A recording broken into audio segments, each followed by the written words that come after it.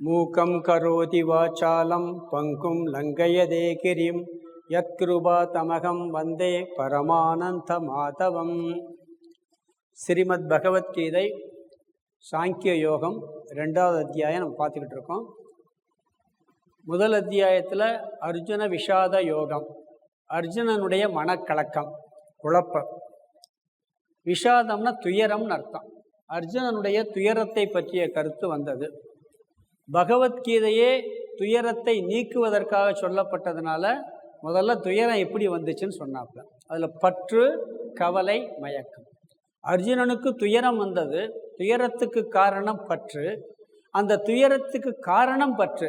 துயரத்திலிருந்து ஒரு விளைவு மோகம், குழப்பம். இது முதல் அத்தியாயம். நல்லா ஞாபகம் வச்சுக்கணும், பேரும் ஞாபகம் இருக்கணும். முதல் அத்தியாயம் அர்ஜுன விஷாத யோகம். என்ன விஷயம் இருக்குது? முதல்ல போர்க்கள அணிவகுப்பு வந்துச்சு. அர்ஜுனனுடைய பற்று, கவலை, மயக்கம், இதை பற்றிய கருத்து ஒரே வரியில் சொல்ல தெரியணும் பகவத்கீதையில். 2வது அத்தியாயம் எடுத்துக்கிட்டிங்கன்னா இதில் அர்ஜுனனுடைய மனநிலையின் மாற்றம். முதல்ல அர்ஜுனன் சிஷ்யனாக மாறுதல். பிறகு சாங்கியம்னா ஆத்ம தத்துவம், வேதாந்தத்தினுடைய முழு சாரம் ஆத்ம அனாத்ம தத்துவம், அது வந்தது. 3வது இந்த ஆத்ம தத்துவத்தை உணர்வதற்கு பக்குவம் வேண்டும் என்பதற்காக கர்மயோகம்ங்கிற டாபிக். 4வது ஞானத்தின் பலன். இந்த 4 விஷயம் 2வது அத்தியாயத்தில் இருக்குது. இதில் 2 விஷயம் பார்த்து முடிச்சிட்டான் நம்ம போன 2 கிளாஸில். அர்ஜுனன் எப்படி சிஷ்யனாக மாறுகின்றான். சிஷ்யனாக மாறுறதுக்கு முதல்ல என்ன வேணும்னா தாங்கிட்டு இருக்க குறைய உணரணும். தனக்கு எது தெரியலேன்னு தெரியணும். அதை தெரிஞ்சுக்கிட்டான். தன்னுடைய குறையை நிவர்த்தி பண்ண முடியவில்லை, முயற்சி பண்ணணும். முயற்சி பண்ணி முடியலைன்னு நம்மளால் இனிமேல் முடியாதுங்கிறதையும் தெரிஞ்சுக்கிறணும். அதையும் தெரிஞ்சுக்கிட்டான். இந்த கவலையை, மரணத்தினால் வரக்கூடிய கவலையை என்னால் நீக்க முடியாதுன்னு புரிஞ்சுக்கிட்டான். அது 2வது பாயிண்ட். தன்னுடைய குறையை உணர்தல், தன்னுடைய குறையை தன்னால் நிவர்த்தி பண்ண முடியாது என்று உணர்தல். 3வது யார் அதை நிவர்த்தி பண்ண முடியுமோ அவரை கண்டுபிடித்தல். அவரை கண்டுபிடிச்சான். யார்? கிருஷ்ணரை தவிர வேறு ஆள் இல்லைன்ட்டு. 4வது அவரிடம் சரணடைதல் பார்த்தோம். பிறகு என்னதான் மற்ற விஷயங்களில் இந்த மாதிரி நமக்கு ஒரு சிஷ்ய பாவனை இருந்தாலும் வேதாந்த விஷயத்தில் பணிவு வேணும், அகங்காரம் அழிய வேண்டும். அது இவனுக்கு அழிந்தது. பிச்சை எடுக்க கூட தயாராக இருக்கேன்னு சொல்லிட்டான். விவேகம் வந்தது. தான் புத்தியில் எவ்வளவு குறை இருக்குது, எவ்வளவு நிறை இருக்குங்கிற விவேகம், அறிவு வேணும். அது இருந்துச்சு. இந்த தத்துவத்தை புரிஞ்சுக்கிறதுக்கு வைராக்கியம் வேணும். அதுவும் வந்தான். எனக்கு சொர்க்க பதவி கிடைச்சாலும் வேணாம், இந்த உலகத்தில் பெரிய ராஜ்யம் வெற்றி கிடைச்சாலும் எனக்கு வேணாம், என் துயரம் போன்னு அதை சொல்லுன்னு கேட்டான். இப்போ வைராக்கியம் வந்துச்சு அவனுக்கு. இதெல்லாம் சிஷ்யனுக்கு உண்டான தகுதி அர்ஜுனனுக்கு முதல் பகுதியில் வந்துருச்சு. உடனே பகவான் உபதேசத்தை ஆரம்பிக்கும் பொழுதே வேதத்தினுடைய சாரத்தை சொல்ல ஆரம்பித்தார். மரணம் தானே துயரத்துக்கு காரணம். ஏன்னா இங்கே பெரிய துயரம் மரணம் தான். அது அவன் கண்ணு, அது உறவினர்களுடைய மரணம், தனக்கு வேண்டியவர்களுடைய மரணம். அடுத்தடுப்பில் என்ன சொன்னாருங்கன்னா, எல்லா துயரத்துக்கும் மேலோட்டமாக பல காரணம் இருக்கலாம். முக்கியமான காரணம் அறிவின்மை, அறியாமை. எதை பற்றி அறியாமை? தன்னுடைய சொரூபத்தை பற்றிய அறியாமை தான் காரணம். அப்போ துயரம் போகணும்னா அந்த அறியாமல் போகணும், அறியாமல் போகணும்னா அறிவு வரணும், அறிவுன்னா ஞானம் வரணும். அப்போ ஞானம் வந்தால் அறியாமை போகும், அறிவு வந்தால் அறியாமை போகும். அறியாமை போகும் பொழுது அறியாமையினால் ஏற்பட்ட துயரமும் போய்விடும். புரியுதா? லாஜிக் பார்க்கணும். துக்கத்துக்கு மூல காரணம் என்ன? அறியாமை. எல்லாத்துக்கும் மேலோட்டம் பல காரணம் இருக்கும். ரொம்ப ஆராய்ச்சி பண்ணி டீப்பாக போனோம்னா நம்மளுடைய உண்மை சுரூபம் தெரியாததான் காரணம். அது போக போக புரியும். அப்போ துயரத்துக்கான மூல காரணத்தை பிடிக்கிட்டோம்னா துயரம் ஓடி போயிடும். மூல காரணம் அறியாமை. அறியாமைக்கு மருந்து அறிவு, ஞானம். அஜ்ஞானம், அஜ்ஞானத்தை போக்க ஞானம். தமிழில் அறியாமை, சான்ஸ்கிரிட்டில் அஜ்ஞானம். தமிழில் ஞானம், அறிவு. சமஸ்கிருதத்தில் ஞானம். அறிவு வேறு, ஞானம் கிடையாது. புரியுதுங்களா? நம்ம கொஞ்சம் வித்தியாசப்படுத்தி பேசுகிறோம், அவ்வளவுதான். அதனால் அது வந்தால் போயிடுன்னு முதல்ல மூல ஞானம் வந்தால் தான்ப்பா எல்லா துயரம் போகணுங்க. தன்னை பற்றிய என்ன நம்மகிட்ட 2 இருக்குது. உணர்வு தத்துவம், உடல் தத்துவம் இருக்குது. உணர்வு தத்துவத்துக்கு ஆத்மான்னு பேர், உடல் தத்துவத்துக்கு அனாத்மான்னு பேர். உணர்வு தத்துவமாகிய ஆத்மாவை யாராலும் அழிக்க முடியாது. பிறப்பதுக்கு முன்னாடி இருந்தோம், இப்போ இருக்கோம், இறந்த பிறகு இருப்போம். அப்போ இந்த ஆத்மா என்னைக்கும் அழியாது, அழிக்கவே முடியாது. அதை நினச்சி நீ ஏன் கவலைப்படுற? பீஷ்மருடைய சரீரம்தான் போகும், ஆத்மா என்னைக்கும் அழியாது. துரோதனுடைய சரீரம்தான் போகும், ஆத்மா அழியாது. அதுக்காக கவலைப்படாதுன்னு சொல்லி ஆத்மாவை பற்றி சொன்னார். அவன் ஒருவேளை நினைக்கலாம், இந்த பாருங்க கிருஷ்ணா, நான் உயிர் போகிறத பற்றிலாம் கவலைப்படலை, அவர் உடம்பு போயிருந்தேன் கவலைப்படுறேன், எனக்கு உடம்பு தான் முக்கியம் அப்படின்னு சொல்லிடுவான்னு சொல்லிட்டு உடம்புன்னு எடுத்தால் அழிஞ்சுதான் ஆகும். பிறந்தா எதுக்கு பிறந்திருக்கோம்னு சொன்னால் இறக்கிறதுக்கு தான் பிறந்திருக்கோம். இறப்புங்கிறது கட்டாயம். எந்த சரீரமும் இப்போ இல்லையே. அப்படி இருந்தால் நம்ம வீட்டில் உட்கார முடியாது. சரீரம்னு எடுத்தாச்சுன்னா அதனுடைய தர்மம் என்னன்னா, இளமை பருவம் வரும், குழந்தை பருவம், இளமை பருவம், வயோதிகம், மூட்டு வலி, எல்லா வலியும் வரும். தலை நரைக்கக்கூடாது, நரைக்காமல் இருக்குமா? வந்தால் நரைச்சிட்டே ஆகும்.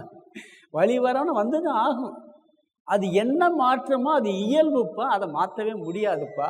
அதனால் நீ கவலைப்படாதேன்னு. அதை ஏற்றுக்க, அக்செப்ட் பண்ணிக்க. எனக்கு வயசாக கூட நம்ம நினச்சா முடியுமா? அப்போ வயசாகிடுச்சா அக்செப்ட் பண்ணணும்.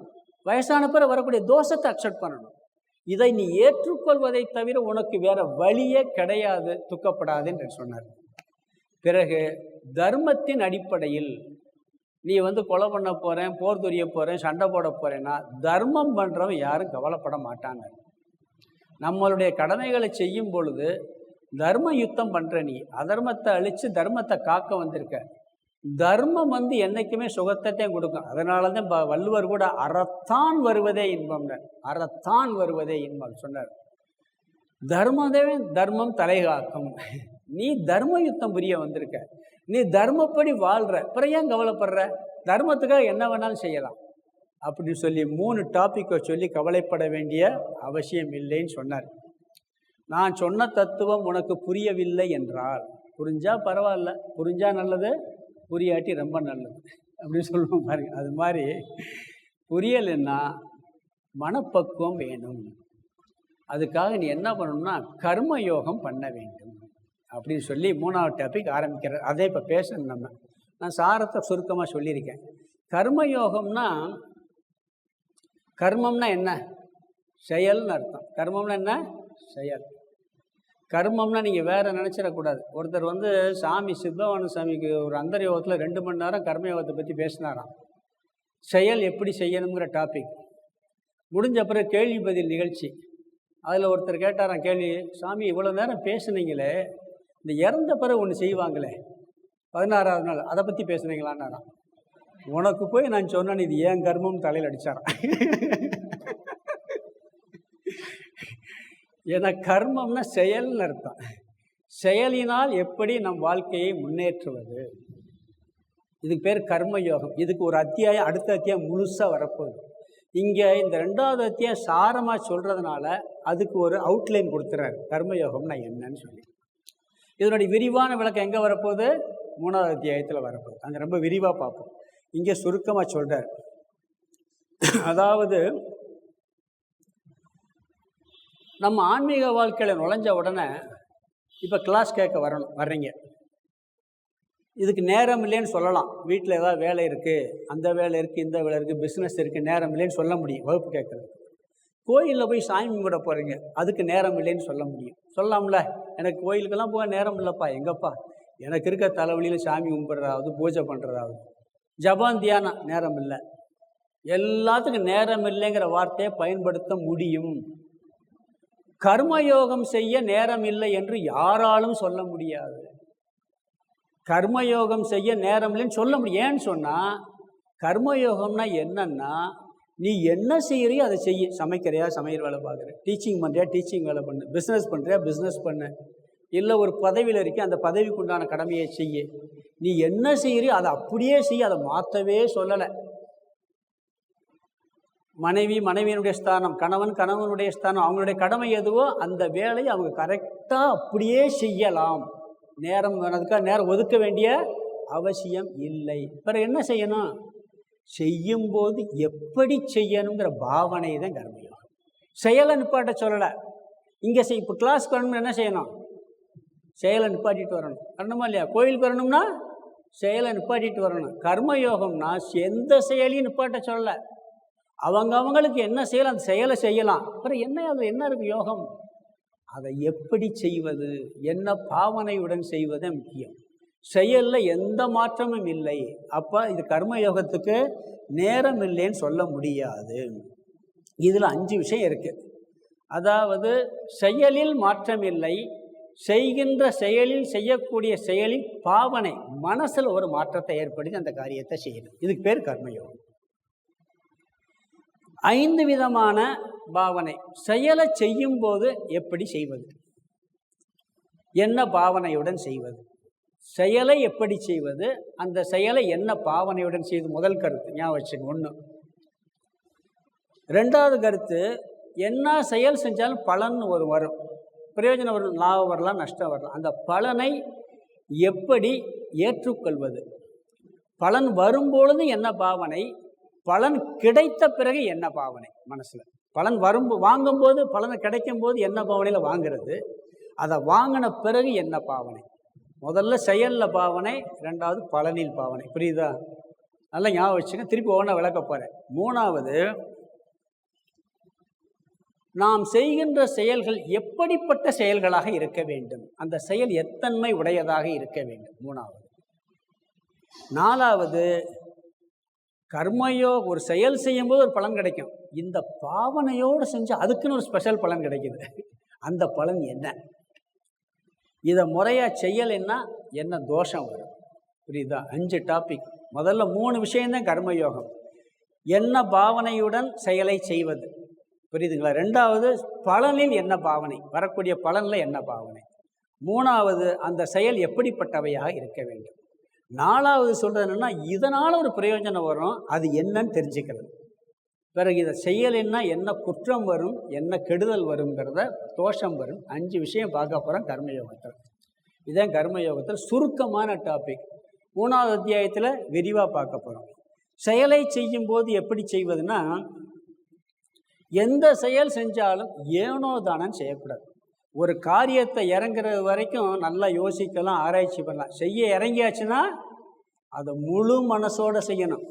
என் தலையெழுத்தேன்னு செய்யக்கூடாது. எப்படி செய்யக்கூடாது? தலையெழுத்தேன்னு செய்யக்கூடாது.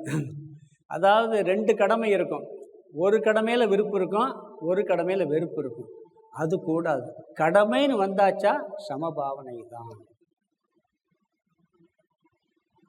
இதுக்கு அதாவது குழந்தை, ஒரு கணவன் மனைவி தன்னுடைய குழந்தைகளை பார்க்குறதும் கடமை தான், தன்னுடைய தாய் தந்தையரை பார்க்குறதும் கடமை தான். குழந்தையை பார்க்கும்போது நல்லா பார்த்துருவாங்க, அந்த கடமையில். தாய் தந்தையரை பார்க்குற கடமையில் வர வந்துடும். கடமைன்னு வந்தாச்சுன்னா சமபாவனை இருக்கணும். இதுவும் கடமை, அதுவும் கடமை. ஒரு கடமையில் விருப்பம், ஒரு கடமையில் வெறுப்பு வரக்கூடாது. அப்போ எந்த செயல் நம்மளுக்கு கடமையாக வந்திருக்கோ அதில் சமபாவனை. இதுக்கு ஒரு சினிமா சம்பவமே சொல்கிறேன். ஒரு சுருளிராஜன் ஒரு சினிமா படம். அவன் அம்மாவையும் ரொம்ப முக்கியமாக மதிப்பான். சிரிப்பு நடிகர் தான். மனைவிக்கு முக்கியத்துவம் கொடுப்பான். சில பேர் என்ன பண்ணுவாங்கன்னா, அம்மாவுக்கு முக்கியத்துவம் கொடுப்பாங்க, மனைவி கொடுக்க மாட்டாங்க. மனைவிக்கு கொடுப்பாங்க, அம்மாவுக்கு கொடுக்க மாட்டாங்க. 2 கடமை தானே.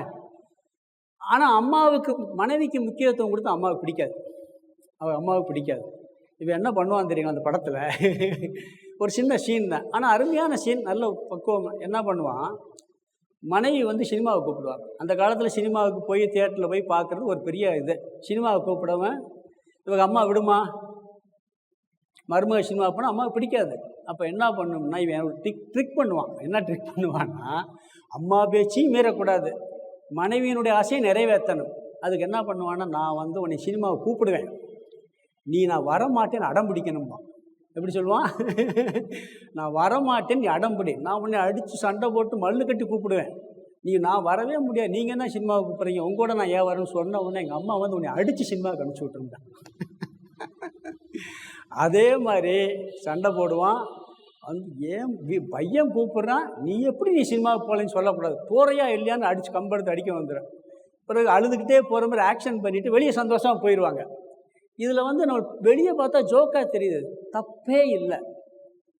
அம்மாவையும் மதிக்கணும், மனைவியும் மதிக்கணும், பேலன்ஸ் பண்ண தெரியும். இதுதான் கர்மயோக வாழ்க்கை முறை. ஒரு இடத்துல பொய் சொன்னால் கூட தப்பு இல்லை. பொய்மையும் வாய்மை எடுத்துங்கிறார் அவர், வள்ளுவர் சொல்கிறாரா இல்லையா? அப்போ நல்லதுக்காக யார் மனசையும் புண்படுத்தாமல் இருக்கும், யாருக்கும் கெடுதலும் கிடையாது, ரெண்டும் கடமை. அப்போ இப்படி ஒரு பேலன்ஸ் பண்ணி ஒரு ஃபேமிலியை கொண்டு போகிறதே கர்மயோகம். குழந்தையாக இருக்கட்டும், அம்மாவாக இருக்கட்டும், நண்பர்களாக இருக்கட்டும், யாராய் உறவுகளை அப்படியே பேலன்ஸ் பண்ணி மெயின்டைன் பண்ணி அந்த கடமைகளை சமபாவனையுடன் செய்வது, சமபாவனையுடன் செயல் செய்வது கர்மயோகம். நீ செய்கிற செயலை சமபாவனையோடு செய்யி, அதை சிறப்பாக செய்யி, திறமையோடு செய்யி. இது முதல் பாவனை. இதில் இந்த பாவனையில் சொல்லலாம். அதாவது 3 பேர் ஒரு கோயிலில் பூஜை பண்ணியிருக்காங்க. இதுக்கு ஒரு உதாரணம் சொல்லலாம். இப்போ சுருள் இந்த சினிமா சொன்ன மாதிரி இன்னொரு உதாரணம். 3 பேருக்கும் ஒரு குறிப்பிட்ட டைம் டியூட்டி. 3 பேருக்கு ஒரு 5 மணி நேரம் 6 மணி நேரம் டியூட்டி கோயிலில் பூஜை பண்ணுறது.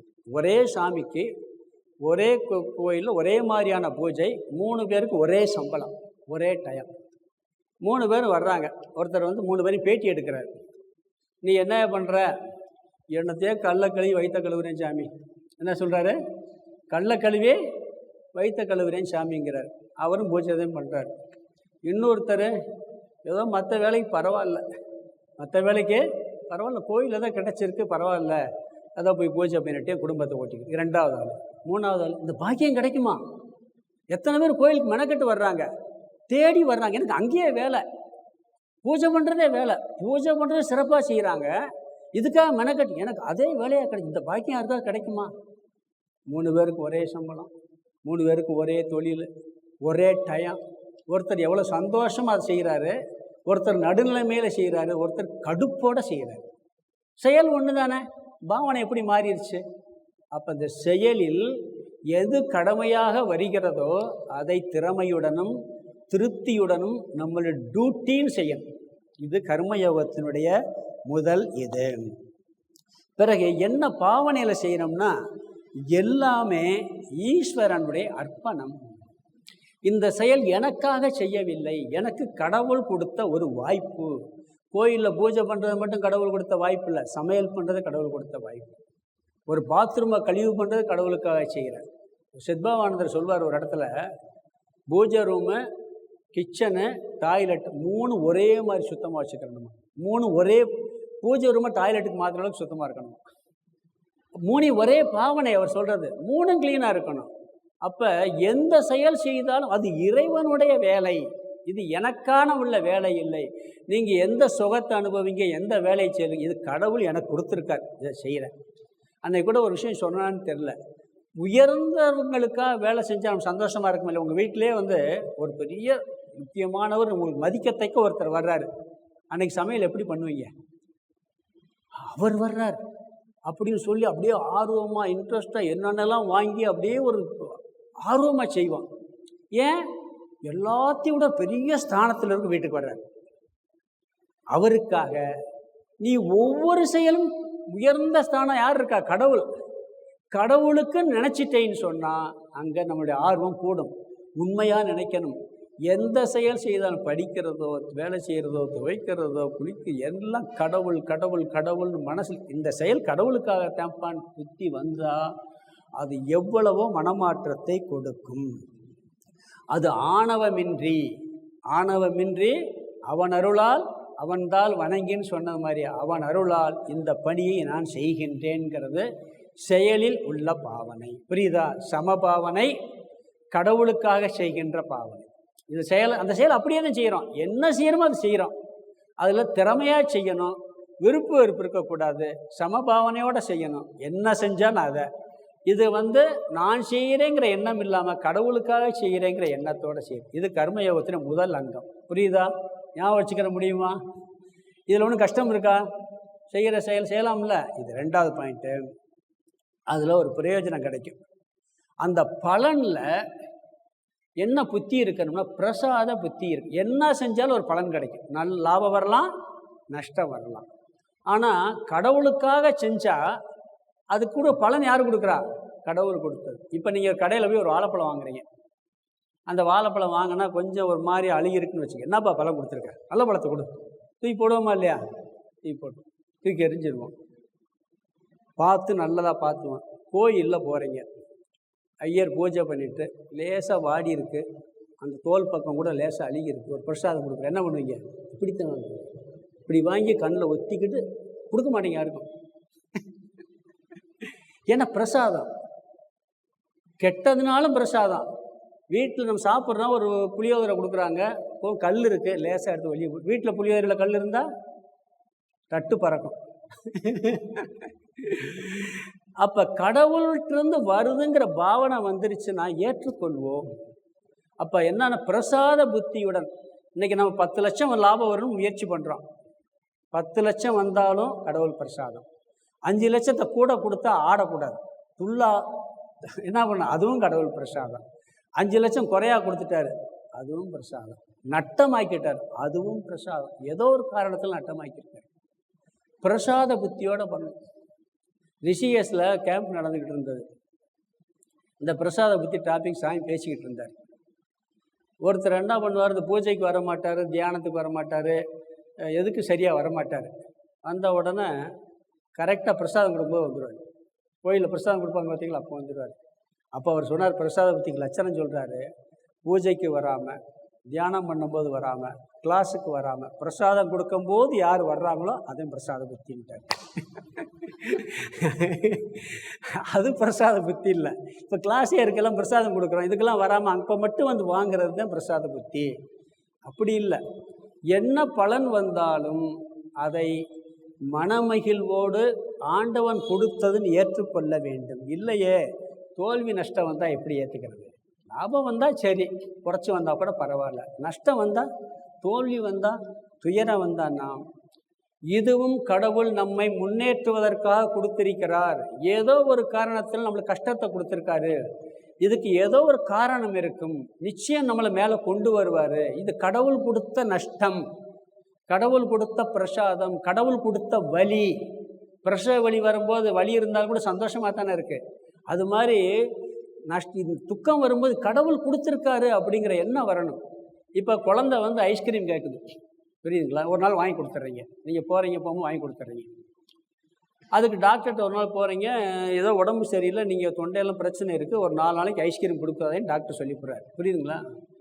அது வரும்போது திருப்பி என்ன, ஐஸ்கிரீம் கடைக்கிட்ட வரும்போது அம்மா ஐஸ்கிரீம் வாங்கி சண்டை போடும். நீங்கள் என்ன பண்ணி ஓங்கி 4 விஷம் வர்றையா இல்லையா, ஒரு ரெடி போடுவீங்க. இப்படி ஒரு அரைக்கி மாதிரி யாராவது இருப்பாங்களா? நேற்று வாங்கி கொடுத்துச்சு அம்மா, இன்னைக்கு வாங்கி கொடுக்கலவாரு நினைக்குமா இல்லையா? குழந்தை இருக்குமா இல்லையா? அதுக்கு தெரியுமா ஐஸ்கிரீம் சாப்பிட்டா நல்லது இல்லைன்னு தெரியுமா? நம்மளை தப்பாகத்தான் நினைக்கும். நாமளுக்கு அதே மாதிரி ஒரு பலன் வந்து நஷ்டம் வரும் பொழுது, கஷ்டம் வரும் பொழுது கடவுள் கொடுக்கலேன்னு கடவுளை திட்ட சொல்லணும். நீ எல்லாம் ஒரு கடவுளா, உன்னை எம்பிட்டு பூஜை பண்ணினேன், நீ கொடுத்தையா அப்படி திட்ட தோணும். அம்மா எப்படி ஐஸ்கிரீம் கொடுக்கலேன்னு நன்மைக்காக திட்டுச்சோ, வாங்கி கொடுக்காம இருந்துச்சோ, அது மாதிரி பலனை கொடுக்காமல் கடவுள் கஷ்டப்படுத்துவார். பின்னாடி ஏதோ ஒரு காரணம் நம்மளுக்கு தெரியாது. நமக்கு இந்த ஜென்மம் மட்டும் தெரியும், கடவுளுக்கு எத்தனையோ ஜென்மம் தெரியும். திட்டினா கூட பரவாயில்ல, ஏற்றுக்கிறேன்னா. அம்மாவை திட்டம் திருப்பி கொடுப்ப வாங்காது. சாண்டா சின்ன பார்த்தவர் ஒன்று பண்ணுவாராம். அவர் முருகனை வழிபடாமல் என்னமே பண்ண மாட்டார், தெரியுமா உங்களுக்கு? படம் நல்லா ஓடி லாபம் அடைஞ்சுன்னா அப்படியே அலங்காரம் பண்ணி பூஜை பண்ணி பிரம்மாண்டமாக பூஜை பண்ணுவாராம். நட்டமாயிடுச்சுன்னா போய் உள்ளே உட்காந்துக்கிட்டு பெரிய அர்ச்சனை நடக்குமா. யாருக்கு? முருகனுக்கு. திட்டு, நீ எல்லாம் ஒரு கடவுளா, நீ எல்லாம் ஒரு முருகனா, நீ என்னை எப்படி பார்ப்பேன்னு ரொம்ப மோசமாக திட்டுவாராம். 1 மணி நேரம் திட்டுன்னு திட்டிட்டு போட்டு வந்துடுவார். அவருக்கு மனசில் பாரமெல்லாம் இறங்கி போகுமா. அவ்வளோதான், முடிஞ்சு போச்சு. குழந்தை அம்மாவை திட்டினாலும் திட்டிட்டு போகிறோம், ஆனால் எக்ஸப்ட் பண்ணிக்கிறோம். அப்போ பலன் வரும் பொழுது நம்மளுக்கு வெற்றி வந்தால் பிரசாத புத்தி ஏற்றுக்கிறலாம், தோல்வி வந்தால் ஏற்க முடியுமானா அதையும் ஏற்று பழக வேண்டும். விவேகானந்தர் ஒரு இடத்துல சொல்கிறார், வெற்றியை விட தோல்வி, இன்பத்தை விட துயரம் நம்மை வேகமாக முன்னேற்றும் படிக்கட்டு, நம்மளை பக்குவப்படுத்துகிற படிக்கட்டு. நீங்கள் இன்பத்தில் வந்து பக்குவப்பட மாட்டீங்க, துன்பத்தில் தான் பக்குவப்படுவீங்க. நம்மளை வந்து உருக்கி இந்த தங்கத்தை உருக்க ஒளிர்றது மாதிரி நம்மளுக்கு துன்பம் வரும் பொழுது நம்மளுக்கு மனசு பக்குவமாகி அடுத்த ஸ்டேஜுக்கு வேகமாக போவோம்னு சொல்லுவாங்க. அதனால் இன்பமோ துன்பமோ, லாபமோ நஷ்டமோ, வெற்றியோ தோல்வியோ, இந்த பலன் கடவுள் கொடுத்தது என்று ஏற்றுக்கொள்ளக்கூடிய மனப்பான்மை. அதாவது நன்கு பலன், நல்ல பலன் கிடைச்சா உற்சாகத்தை கொடுக்கணும். கெட்ட பலன் கிடைச்சுன்னா அதில் ஒரு குறையை சிந்திச்சு மீண்டும் முயற்சிக்கு அதிக ஊக்கத்தை கொடுக்கணும். இப்படி நாம் அதை பழகிக்கிட்டோம்னு சொன்னால் இந்த கர்மயோக வாழ்க்கை கரெக்டாக போகும். தோல்வி வராமல் இருக்காது. எல்லாருக்கும் தோல்வி வரும், வெற்றியே வரும் சொல்ல முடியாது. குழந்தை நடக்க பழகுது. ஃபஸ்ட்டு ஸ்டெப் வச்சவொன்னு என்ன பண்ணோம்? கீழே விழுங்க. ஐயோ கீழே விழுந்துட்டேனேன்னு படுத்து கிடந்துச்சுன்னா என்னைக்காவது வருமா? கீழே விழுந்துட்டேன்னு படுத்துச்சுன்னா போகிறாங்க. கீழே விழுந்துட்டேனேன்னு சொல்லி அது படுத்தே கிடந்து என்னைக்காவது நடக்க முடியுமா? 100 தடவை விழுகும், எந்திரிக்கணும். அப்படித்தான் நடக்க முடியுமே ஒழிய முடியாது. விஸ்வாமித்திரர் 2 தடவை தோல்வி அடைகிறார்.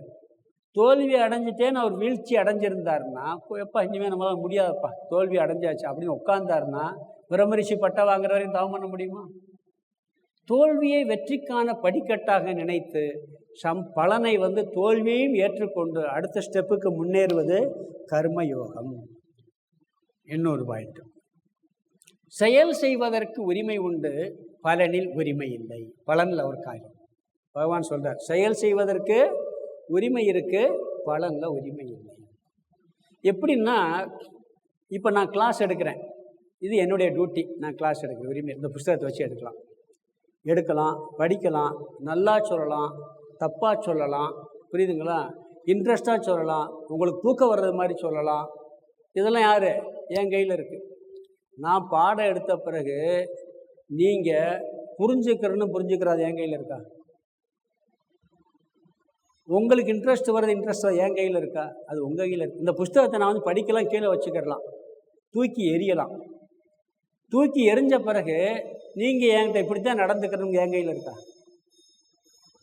நீங்கள் என்ன பண்ணலாம்? சாமி என்னமோ கிளாஸ் எடுக்க வந்தார், அவருக்கு என்னமோ ஆகிப்போச்சு, புஸ்தகத்தை தூக்கி நம்ம மேலே எரிகிறாருன்ட்டு போயிடலாம், திருப்பி எரியலாம், பண்ணலாம்ல. இது யார் கையில் இருக்கு? என் கையில் கிடையாது. நாம் ஒரு குழந்தையை வளர்க்குறது உரிமை, குழந்தையை வளர்த்து படிக்க வைப்பது நம்மளுடைய உரிமை. அதுக்கு அவன் திருப்பி நம்மளுக்கு செய்யணுங்கிறது நம்ம கையில் இல்லை, அது அவனுடைய உரிமை.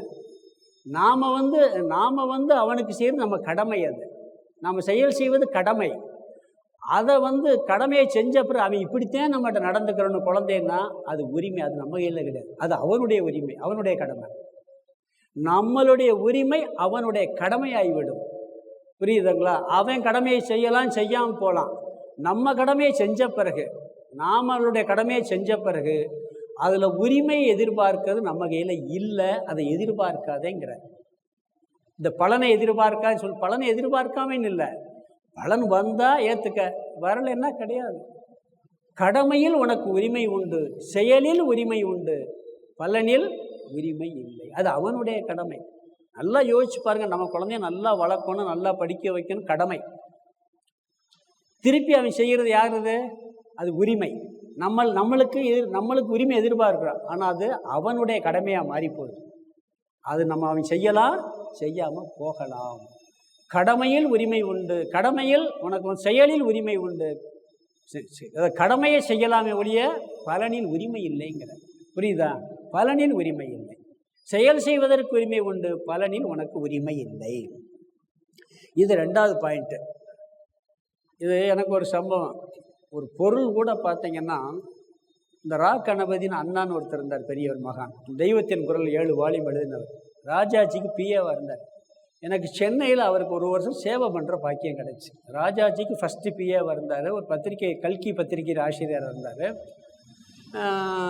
காஞ்சி மகா பெரியாவில் கூட 12 வருஷம் இருந்தவர். சென்னையில் நான் இருக்கும்போது அவருக்கு 1 வருஷம் அவர் கூட ஹெல்ப் பண்ணி சேவை பண்ணுற பாக்கியம் கிடச்சி. அது ஒரு பெரிய பாக்கியம்தான், கடவுள் கொடுத்த வரம்னே சொல்லலாம். அவர்கிட்ட நிறைய கற்றுக்கிட்டேன். அவர் ஒரு நாள் என்ன, தீபாவளிக்கு ஒரு 2 வேஷ்டி கொடுக்குறாரு எனக்கு. வேஷ்டி கொடுக்கும்போது நான் வாங்கிக்கிட்டேன்.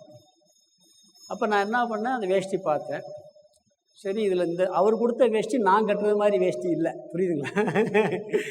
அப்போ சரி, இதை நம்ம யாருக்கா கொடுக்கலாம், இவர் நம்மளுக்குன்னு கொடுத்துருக்காரு, நம்ம கொடுக்கலாம்னா அவர் கொடுத்தா நம்ம கட்டலைன்னா சங்கடப்பட்டுக்கிறவாரோன்னு சொல்லிட்டு அவர்கிட்ட ஒரு வார்த்தை கேட்டேன். அண்ணா, நீங்கள் இந்த வேட்டி கொடுத்துருக்கீங்க, இதை நான் யாருக்கா, அவர் பேர் ரா கணபதி, ராமகிருஷ்ணர் விவேகானந்தர் புக்கெல்லாம் எழுதியிருக்காரு, தெய்வத்தின் குரல் எழுதியிருக்காரு, நிறைய புக் எழுதியிருக்காரு.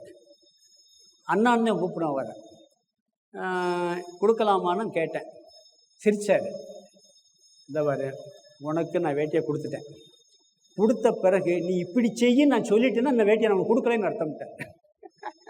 இன்னும் நான் அதில் உரிமை வச்சுருக்கேன். உனக்கு கொடுத்த பிறகு நீ இதை கட்டிக்க கட்டாத கொடுக்காதே நான் சொன்னேன்னா இன்னும் உனக்கு அதை நான் தானம் பண்ணலைன்னு அர்த்தம். அது உன் உரிமை, ஏன் உரிமை கிடையாது. கொடுத்தாச்சுன்னா முடிஞ்சு போச்சு. எவ்வளோ பெரிய ஒரு சாதாரண விஷயம்தான், எவ்வளோ பெரிய ஒரு தத்துவம் சொல்கிறாங்க. கொடுத்தாச்சுன்னா ஓண்டோட்டி முடிஞ்சு போச்சு. அது பிறகு என்ன செய்கிறாங்கிறது அது மாதிரி செயல் செய்ய உரிமை உண்டு, பலனில் உரிமை இல்லை அப்படிங்கிற கருத்து முக்கியமான கருத்து. இது 2வது பாயிண்ட். 3வது, நாம் செய்கின்ற செயல் எப்படிப்பட்டவையாக இருக்க வேண்டும். நாம் செய்கின்ற செயல் எப்படிப்பட்டவையாக இருக்கணும். நல்ல காரியம்தான் பண்ணுறோம்.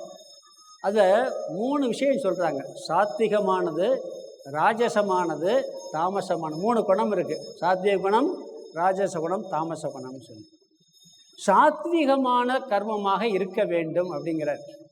நீ ஒரு குடும்பத்தில் ஒரு குழந்தையை காப்பாற்றுறீங்களோ அப்பா அம்மாவை எது பண்ணாலும் அந்த செயல் நம்மளுக்கும் பிரயோஜனம் இருக்கணும், மற்றவங்களுக்கும் பலன் இருக்கு. புரியுதா?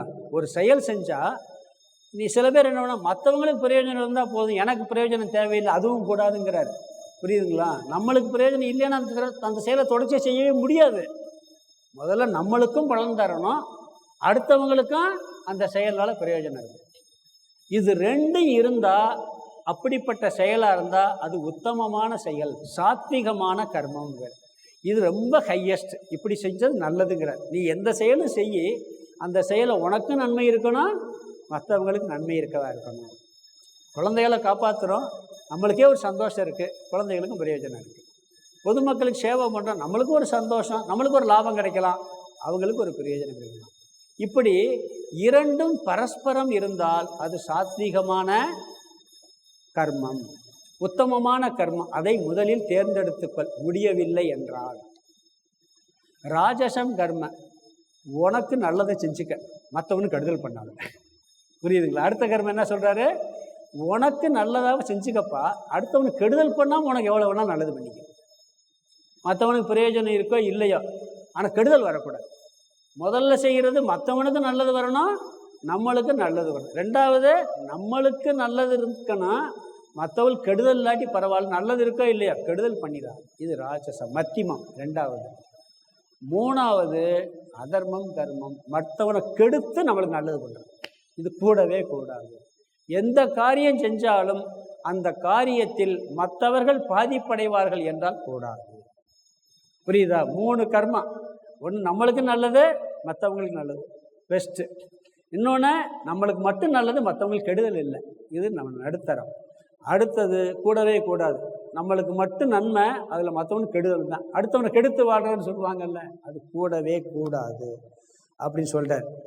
ஏதாவது ஒரு வகையில் மற்றவங்களுக்கு உதவி செய்கிறது மாதிரி இருந்தால் உத்தமம் கர்மங்கிறார். ஒருத்தருக்கு 100 ரூபா தானம் கொடுக்கலாம், ஒருத்தர் 10 ரூபா கொடுக்கலாம், ஒருத்தர் 5 ரூபா கொடுக்கலாம். புரியுது? அவங்க தகுதி. சில பேர் பணமே கொடுக்க முடியாது, உதவி செய்யலாம், உடலால் உதவி செய்யலாம். இதெல்லாம் உத்தமமான கர்மம். சாமி எங்கள் சாமி குருநாதர் சுருளியில் இந்த ஆசிரமம் ஆரம்பிக்காததுக்கு முன்னாடி, நம்ம தேனியாக ஆரம்பிட்டு அங்கே கீத கிளாஸ் எடுப்பார். சுருளி ஃபால்ஸில் ஒரு ஆசிரமம் தங்கியிருந்தது. அவங்க பெரியவர் ஒருத்தர், அங்கே ஒரு பெரிய எஸ்டேட் ஓனர், அவர் பெரிய முதலாளி. அவருக்கு 75 வயசு. அப்போல்லாம் எங்களுக்கு சின்ன வயசு 30 வயசு 35 வயசுக்குள்ள. சுருளி ஃபால்ஸுக்கு கொஞ்சம் நடந்து போய் குளிக்க போவோம். அப்போ எல்லாம் ரொம்ப யாருமே ஆள் இருக்காது. அவர் ஒரு பை வச்சுருந்தார். அப்போ அந்த பையை நான் என்ன கேட்டேன், ஐயா நீங்கள் வயசானவர் தானே, அந்த பையை கொடுங்கயா, நான் எடுத்துக்கிறேன் அப்படின்னு சொன்னேன். இந்த ஒரு வேஷ்டி சட்டையில் வச்சுருக்கும்போது பார்த்தாரு, என் முன்னாடி ஒரு கிளவி ஒன்று வயசான பாட்டியமாக நடந்து போய்கிட்டு இருந்துச்சு. தலையில் ஒரு தகரப்பெட்டி. என்கிட்ட கேட்குறையே, அது வயசான பாட்டி தூக்க முடியாமல் போய்கிட்டு இருக்கு, அதை கேட்பியான்னு கேட்டார். அதுவும் முன்னாடி தானே போய்கிட்டு இருக்கு, ஒரு வயசான பாட்டி, அதை கேட்டு வாங்க வேண்டியது. எனக்கு அப்படியே ஒரு அடி சம்பட்டி அடித்த மாதிரி இருந்துச்சு தலையில்.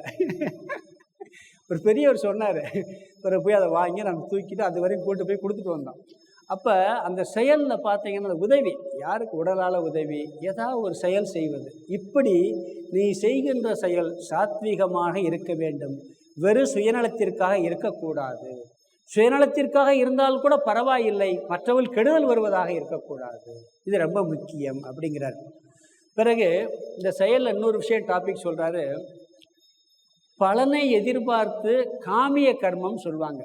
அதுக்காக இந்த செயல்களெல்லாம் இப்போ சொர்க்கத்துக்கு போகணும் அப்படின்னு சொல்லி ஒரு யாகம் பண்ணுவோம், எனக்கு தொழில் நல்லா இருக்கணும்னு சொல்லி ஒரு பூஜை பண்ணுவோம், ஹோமம் பண்ணுவோம். இதெல்லாம் தப்பு இல்லை, ஆனால் அதெல்லாம் மத்தியமங்கிறார்.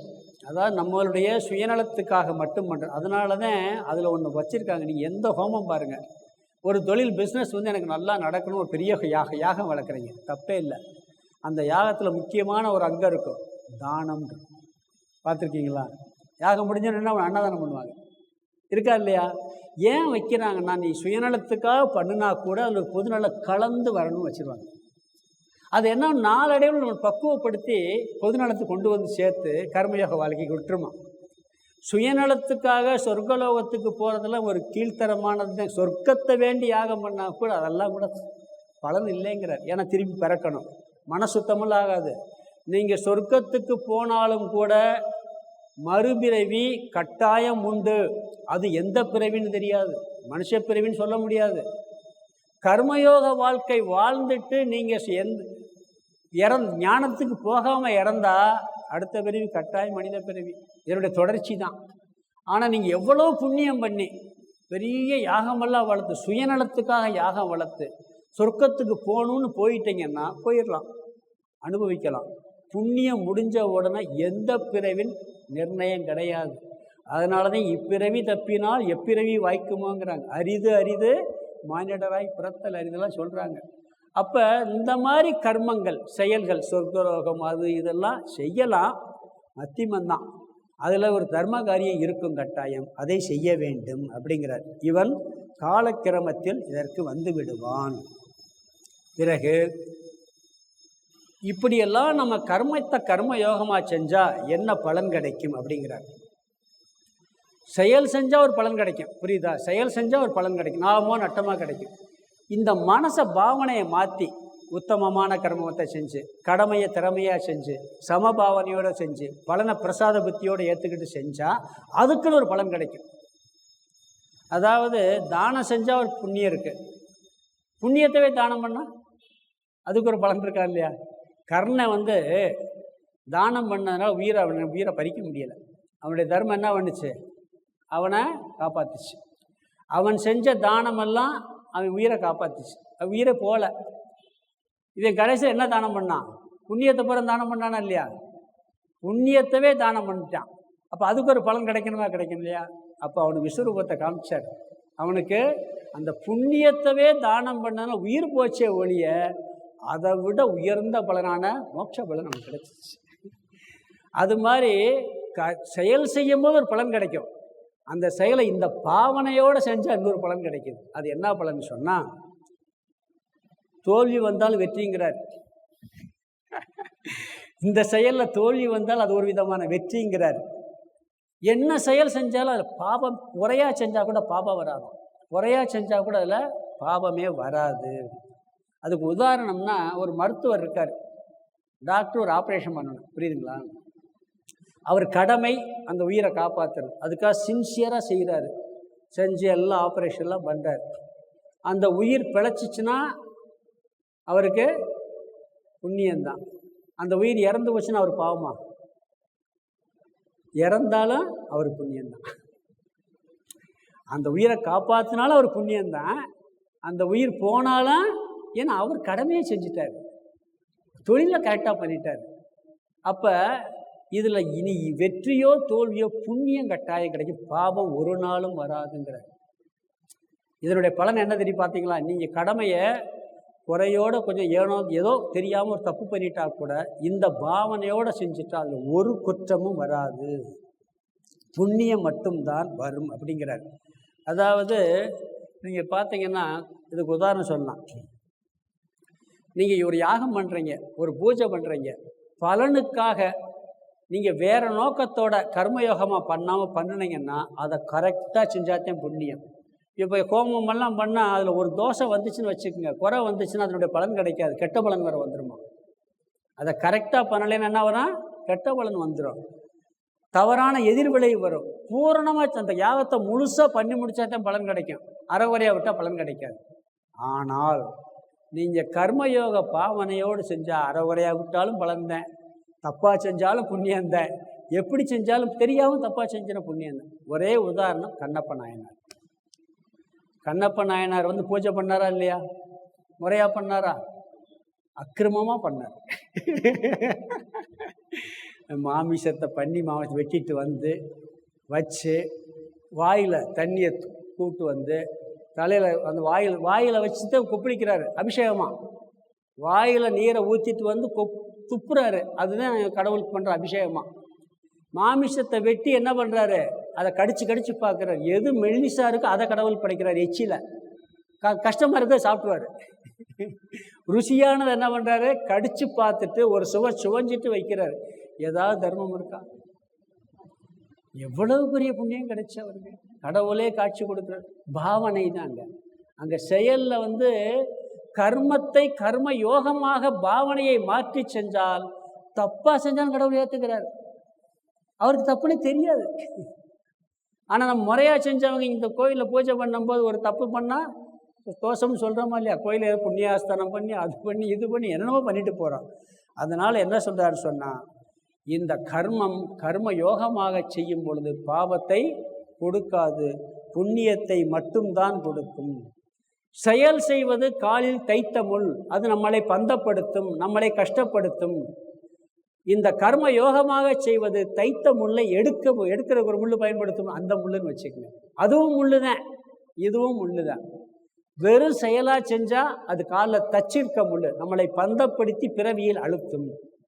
அதை எடுக்கிறதுக்கு பயன்படுத்துகிற முள்ளு அதுவும் முள்ளு தான். அது நம்மளை பந்தத்திலிருந்து இந்த பாவனையை மாற்றி செஞ்சால் பந்தத்திலிருந்து நம்மளை விடுவிக்கும்.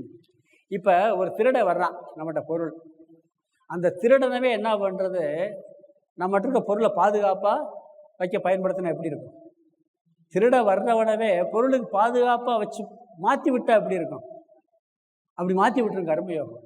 அன்னையார் வந்து சாரதா தேவியார் காட்டு வழி போகும்போது ஒரு கூட்டத்தில் போய்கிட்டு இருப்பார். உடம்பு முடியாது, விட்டுட்டு போயிடுவாங்க, இருட்டாயிரும். ஒரு திருடன் கூட்டம் வரும், அது வந்து பழிப்பறி கூட்டம். இந்த அம்மா என்ன சொல்லணும்? அப்பா அப்பான்னு கூப்பிடும் திருடனை பார்த்து. உங்கள் மருமையை அங்கே தட்சேஸ்வரத்தில் இருக்காரு, என்னை கொண்டு போய் விட்டுருங்கப்பான்னு உருகிடுவான். அவனே அவனே பாதுகாப்பாக கொண்டு போய் அந்த திருடன் ராமகிருஷ்ணன்கிட்ட விட்டுட்டு ராமகிருஷ்ணன் பக்தனாக மாறிடுவான். அப்போ திருடனவே மாற்றிடுறதா இல்லையா? அது மாதிரி நம்மளை பந்தப்படுத்தக்கூடிய செயலை பந்தப்படுத்தாத செயலாக, தைத்த முல்லை எடுக்க பயன்படுத்தும் முள்ளாக இந்த கர்மயோகம் மாற்றிவிடும். திறமையுடன் செய்யணும். அப்படி இந்த கர்மயோகத்தினுடைய பலன். இதை சரியாக செய்யவில்லை என்றால், கடமையை செய்யவில்லை என்றால் பழிச்சொல் வரும். இது தோஷம்.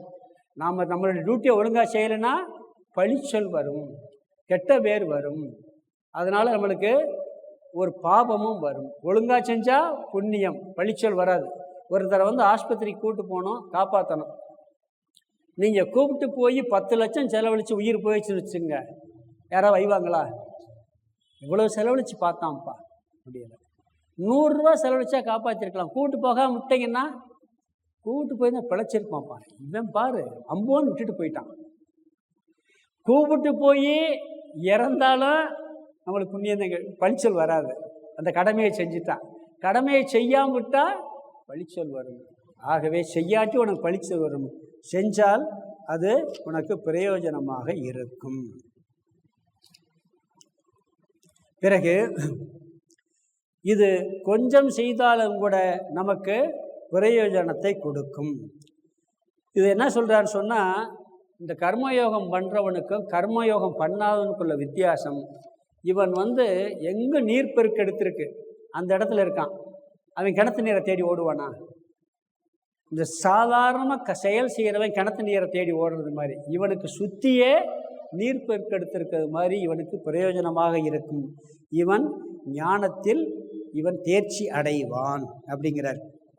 அப்போ சமபாவனையுடன் செய்வது கர்ம யோகம், உத்தமமான கர்மத்தை செய்வது கர்ம யோகம், திறமையுடன் செயல்வது கர்ம யோகம், மன ஒருமுகப்பாட்டுடன் செய்வது கர்ம யோகம். பிறகு இன்னொரு காரணம் சொல்கிறாரு கர்மயோகத்துக்கு. உன்னுடைய செயலில் எப்பொழுதுமே பொருளை சேர்ப்பது பாதுகாப்பதை மட்டும் வைத்து கொள்ளாதேங்கிறார். அது நான் பார்த்துக்கிறவேங்கிறார் பகவான். சில பேருக்கு என்னென்னா பொருளை சேர்க்கணும், பாதுகாப்பு, இதுதான் வாழ்க்கையினுடைய லட்சியமாக இருக்குது. அது வேணும் இல்லைன்னு இல்லை, அதுவே உன்னுடைய வாழ்க்கையை வச்சுக்கிறாத. எப்பயுமே அந்த யோக க்ஷேமம் சொல்லுவாங்க. யோகம்னா நம்ம சம்பாதிக்கிறது, பிறகு பாதுகாக்கிறது. நீ எனக்காக செயல் செய்தால் அதை நான் பார்த்துக்கிறேங்கிறார் கடவுள். என்ன சொல்கிறாரு? ரஜினிகாந்த் ஒரு இடத்துல சொன்னார், சம்பாதிக்கிறத விட அதை பாதுகாக்கிறதுக்கு ரொம்ப கஷ்டப்பட வேண்டியிருக்கு. சம்பாதிக்கிறத விட ஈஸியாக அதை பார்த்து, நீ எனக்காக என்று எல்லாவற்றையும் செய்துவிட்டால் அதை நான் பார்த்துக்கொள்வேங்கிறார் பகவான். என்னடா சொல்கிறாரு? அதெல்லாம் இந்த மாதிரி பாவனையோடு செஞ்சேன்னா நீ பாட்டுக்கு செஞ்சுக்கிட்டே போ, அது நான் பார்த்துக்கிறேன் அப்படிங்கிறார். இது கர்மயோகத்தில் முக்கியமான ஒரு அங்கம். பிறகு இந்த கர்மயோகம் எப்போ நிறைவு பெறும்னு சொன்னால், மனசு இதனால் விருப்பு வெறுப்பெல்லாம் குறைய ஆரம்பிச்சிச்சுன்னு வச்சுக்கங்களேன். நம்ம தெரிஞ்சுக்கலாம். ஒருத்தனை பார்த்தா எரிச்சல், ஒருத்தரை பார்த்தா சந்தோஷம், ஒரு செயலில் விருப்பு, ஒரு செயலில் வெறுப்பு, இதெல்லாம் இல்லாமல் இதை செய்ய மனசே ஓரளவுக்கு ஒரு அமைதி அடைய ஆரம்பிச்சிடும். அப்படிப்பட்ட மனநிலையோடு நீ ஞான யோகத்துக்கு வந்தேன்னு சொன்னால் இந்த ஆத்ம தத்துவத்தை படித்தா உனக்கு நல்லா புரியும்னு சொல்லி சொல்கிறார். ஒரு இடத்துல ஒருத்தன் வேலைக்கு போய் வேலை கேட்டிருக்கான். வேலை கேட்ட உடனே அங்கே அந்த முதலாளிகிட்ட உனக்கு எவ்வளோப்பா சம்பளம்னு கேட்டாரான். அவன் என்ன சொன்னான்னா, ஐயா வேலை செய்கிறது ஏன் டியூட்டி, சம்பளம் கொடுக்குறது உங்கள் டியூட்டி, அது நீங்கள் பார்த்துக்குங்க அப்படின்ட்டாங்க. சரிப்பா, ஒரு மாதம் நல்லா வேலை செஞ்சுருக்கான். வேலை செஞ்சு முடிஞ்ச உடனே அவனுக்கு ஒரு 7,000 ரூபா சம்பளம் கொடுக்கலாம். இவர் என்ன பண்ணியிருக்கிறாரு, இவன் எவ்வளவுன்னு கேட்கல, நம்ம ஒரு 1000 ரூபா பிடிச்சி பார்ப்போம், குறைச்சி கொடுத்து பார்ப்போம், அவன் திருப்தியை வாங்கிட்டாரான் விட்டுருவோம்னு சொல்லி ஒரு 6,000 கொடுத்துருக்காரு.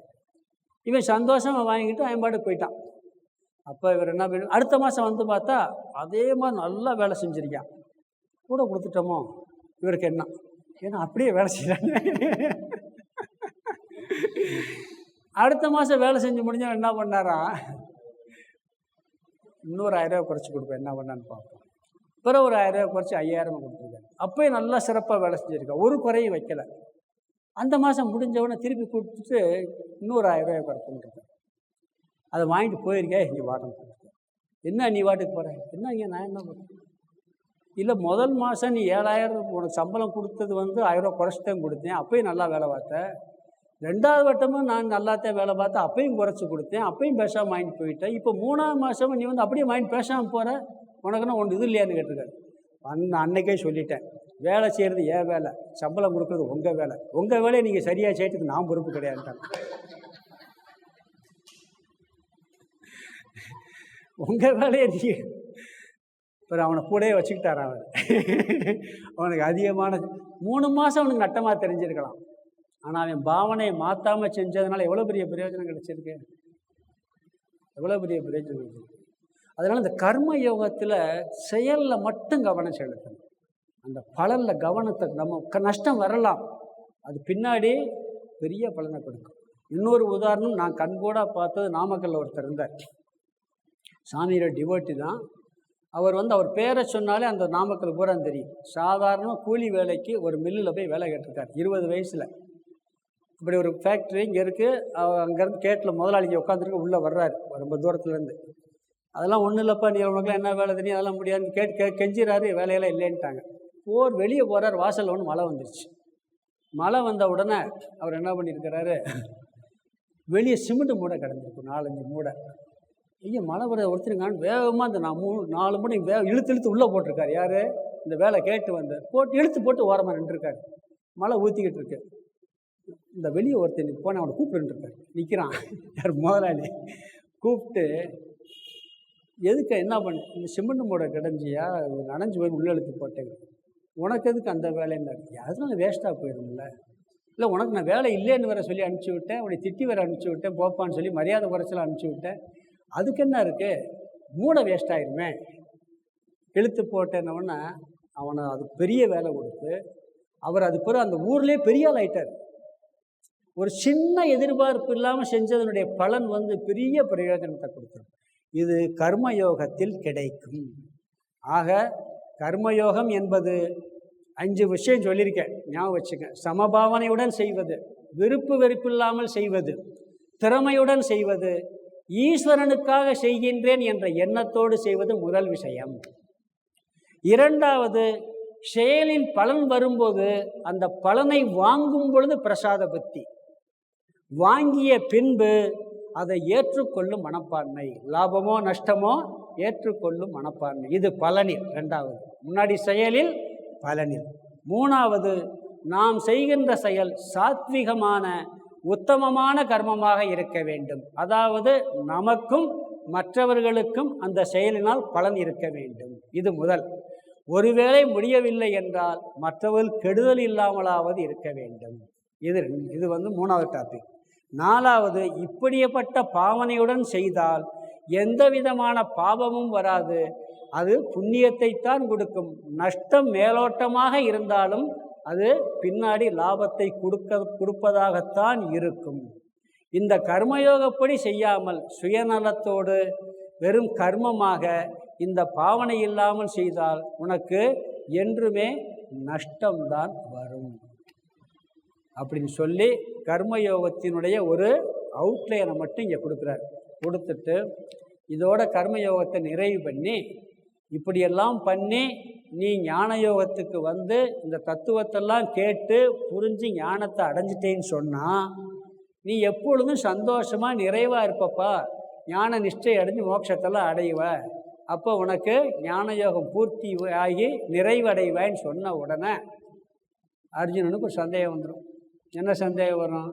சரி, ஞானியானா அவன் ஞானியை எப்படி கண்டுபிடிக்கிறது, இவன் ஞானியா இல்லையான்னு எப்படி தெரிஞ்சுக்கிறது அப்படிங்கிறதுக்காக அடுத்து என்ன பண்ணுவான்னு அர்ஜுனன் ஒரு கேள்வி கேட்பான். அந்த கேள்விக்கு பதில் தான் அடுத்த டாபிக், ஞான பலன். என்ன கேள்வி கேட்க போகிறான்? ஞானியானா ஞானி எப்படிப்பட்டவனாக இருப்பான், அவன் எப்படி செயல்படுவான், ஞானியை நான் எப்படி கண்டுபிடிக்கிறது, ஒருத்தன் ஞானியா ஞானி இல்லையான்னு எப்படி கண்டுபிடிக்கிறது. இப்போ மலை மேலே ஒரு புகை வந்துக்கிட்டு இருக்கு. அந்த புகையை வச்சு நம்ம என்ன பண்ணுவோம்? புகை அடையாளத்தை வச்சு பகல் நேரத்தில் அங்கே நெருப்பு எரியுன்னு கண்டுபிடிச்சி, நெருப்பு கண்ணுக்கு தெரியாது, ஆனால் புகையை வச்சு கண்டுபிடிச்சிடலாம். அது மாதிரி ஞானி மனசில் என்ன இருக்குன்னு தெரியாது, அவனுக்கு எதாவது அடையாளம் இருக்கா, இவன் ஞானியா ஞானி இல்லையான்னு. அப்படி அடையாளம் இருந்தால் சொல்லுங்கள், தெரிஞ்சுக்கிறேன் அப்படின்னு சொல்லி ஒரு கேள்வி கேட்பான். அவர் பதில் சொல்வார். ஞானியுடைய லட்சணத்தெல்லாம் சொல்லி அந்த ஞானத்தை அடைவதற்கு வழியையும் சொல்ல போகிறார். அடுத்த டாபிக் அதுதான் வரப்போகுது. ஒரு விஷயம் புரிஞ்சுக்குங்க, யார் ஞானி ஞானி இல்லைன்னு யாராலும் கண்டுபிடிக்க முடியாது, யாராலும் கண்டுபிடிக்க முடியாது. பிறகு எதுக்கு இவர் இந்த லட்சணமெல்லாம் சொல்லணும்னா, நாம் ஞானம் அடைஞ்சிருக்கோமா இல்லையான்னு கண்டுபிடிச்சிடலாம். அவர் ஞானி, இப்போ நான் ஞானியா ஞானி இல்லையான்னு இவர் சொல்கிறத வச்சு கண்டுபிடிக்கவே முடியாது. ஏன்னா அது மனசு சம்மந்தப்பட்டது. என் மனசு எப்படி உங்களால் கண்டுபிடிக்க முடியுமா? இந்த வடிவேலு ஒரு படத்தில் எல்லார் மனசையும் கண்டுபிடிக்காம பாருங்கள், அப்படிலாம் கண்டுபிடிக்க முடியும். கண்டுபிடிச்சா சிரமம் தான்.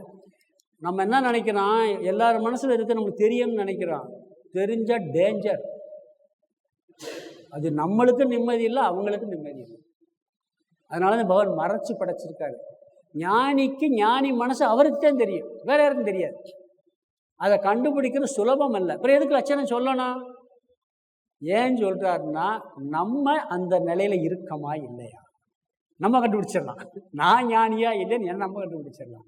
அடுத்தவர் ஓரளவுக்கு மேலோட்டமாக இருக்கலாம்னு சொல்லலாமே ஒழிய இவர் ஞானின்னு சொல்லவும் முடியாது, ஞானி இல்லைன்னு சொல்ல முடியாது. அது அவர் சம்பந்தப்பட்ட விஷயம். இருந்தாலும் பகவான் இந்த ஞானத்தினால் பெரிய பலன் கிடைக்கிறதுனால அப்போ அவனுடைய மனசு எப்படியெல்லாம் இருக்கும் அப்படிங்கிறத வர்ணித்து அழகாக சொல்லி, அந்த ஞானத்தை ஒருவேளை அடையலைன்னா நீ என்ன பண்ணணும் அப்படிங்கிற காரணத்தையும் சொல்லி அடுத்த டாப்பிக்கில் இந்த ஞான பலனை எல்லாம் சொல்லி கொண்டு வர்றாரு. இந்த ஞானியினுடைய லட்சணம், ஞான பலன், அந்த ஞானத்தை எப்படி அடைவதுங்கிறத நம்ம நாளைக்கு வகுப்பில் பார்க்கலாம். ஓம் பூர்ணமத பூர்ணமிதம் பூர்ணாத் பூர்ணமுதச்யதே பூர்ணஸ்ய பூர்ணமாதாய பூர்ணமேவாவசிஷ்யதே. ஓம் சாந்தி சாந்தி சாந்தி. ஹரிஹி ஓம். ஆதிகுருநாத சுவாமிக்கு ஜெய்.